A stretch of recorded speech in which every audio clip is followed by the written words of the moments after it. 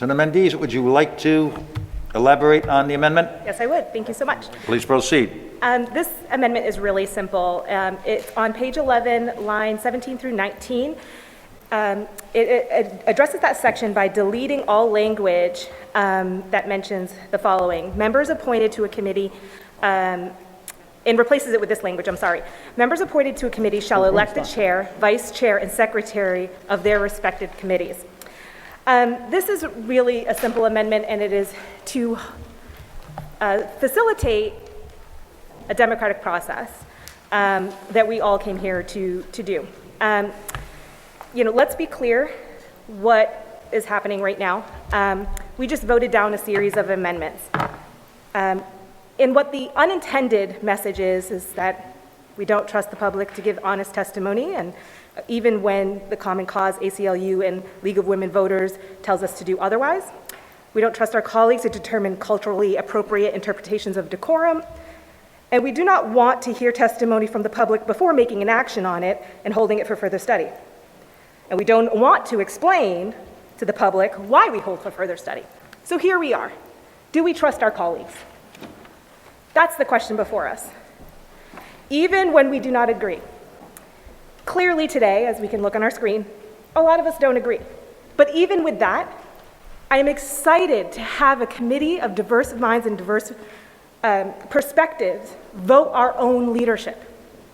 I am okay with those perspectives that are different voting on their own chair and their leadership of a committee, because it preserves the integrity of the democratic process. So the question before us now in this vote, this common thread of all the things we do not trust, do we trust our colleagues in a committee to choose the leadership of democracy? Thank you. Thank you, Mr. President, and thank you, Senator Mendes, for introducing this amendment. As I mentioned in the first amendment that I introduced, it's my intention to try to make any space that I'm in as democratic as possible. I think that we have to balance protocol and efficiency with democracy at times. So I want to be clear that the power to appoint members to committees will still rest in the hands of the Senate President. The leadership will continue to have a say into the composition of the committees themselves. But what this amendment would do is allow those members to appoint their chair, their vice chair, their secretary.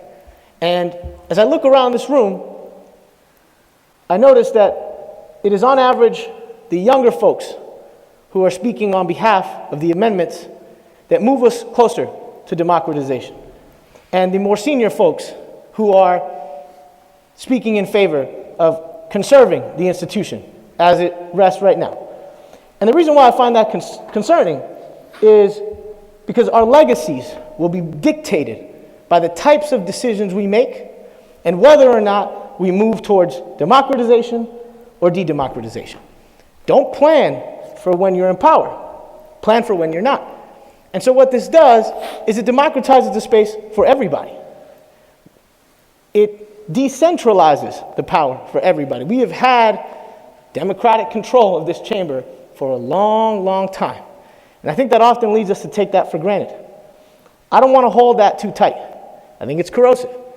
And I don't take any issue with our current leadership or the previous leadership. This is the type of institution that we inherited. But we also have a choice. We have a choice to make it more democratic or to perpetuate the system that we inherited. Now, I choose the former. And I hope that my colleagues, or at least some of them, will join me. Thank you, sir.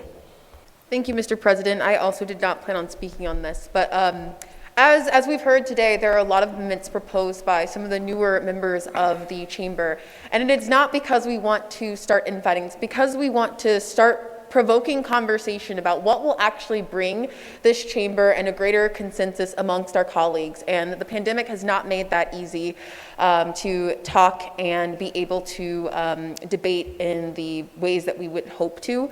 But I trust the best intent of all of the proposed amendments and of the rules as they stand. And I think change is hard. Octavia Butler says that God is change, and that's the only constant. And I think change would do this chamber good. in order to see how we can work more efficiently during a pandemic and during times when there are significantly more barriers to being in collaboration with our fellow colleagues. To welcome more chances and more ways that we can collaborate and engage in democracy that is authentic and that is welcoming to all folks and their ideas. Thank you. Thank you. I wasn't going to rise to speak, but I feel compelled to. And before I do, I just want to be clear to Senator Mendes that my use of that finger in the eye was a metaphor, wasn't made to be taken literally. If you took it literally and were inspired, God bless you. Let me talk on this for a minute. To say that it's anything other than what it is to be a charlatan. You want to take the authority to decide how these committees are structured away from the Senate President, where that's been since before many of us in this chamber, if not all of us, were born. So if you're going to get up here and put something forth like the current amendment, I'd say, because you're advocating sincerely, say what you really think. Because to say that it's based upon some measure of age in the room, right?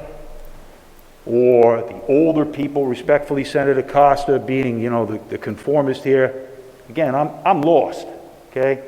I wear a suit and tie 5 days a week in court. And on the weekends, I'm in a farmer's coat, unshaved, work boots, baseball hat. You wouldn't even recognize me.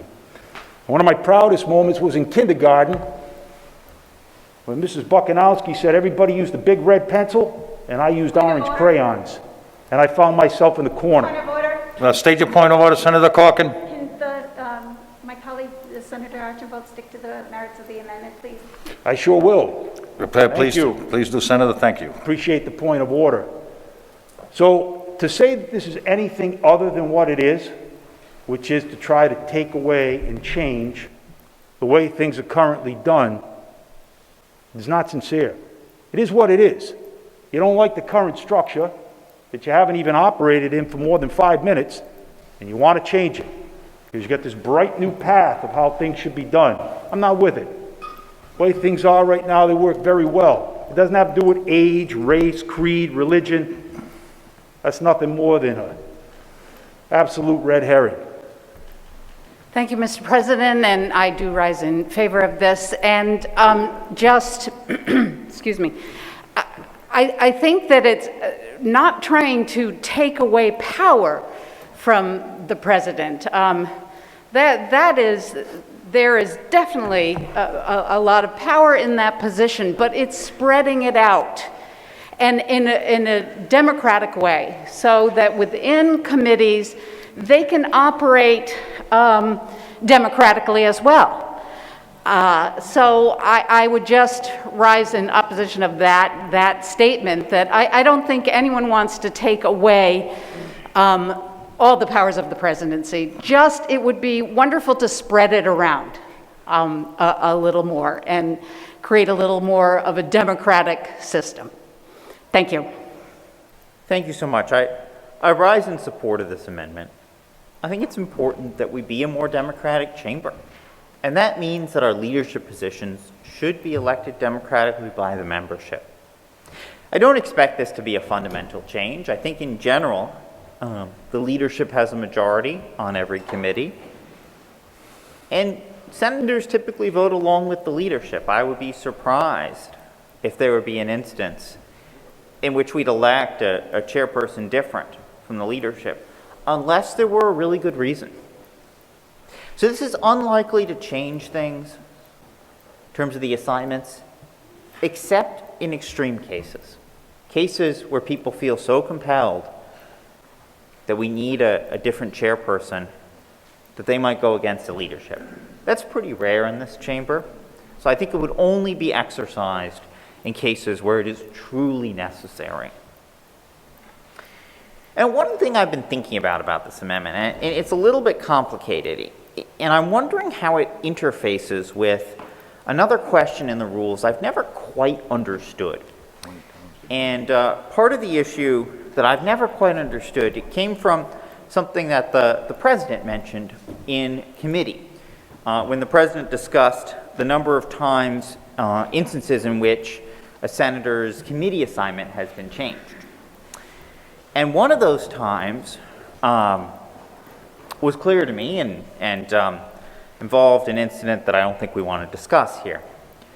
But a different one involved a senator who was a committee chairperson who had been removed because that senator was not the person that had been supported or wasn't the choice of the new incoming leadership team. We had a leadership transition.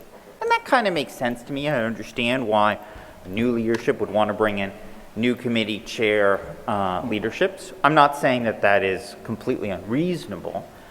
It makes sense to me that when we have that transition, we could have a new election or we could change something when it happens in the middle of a term.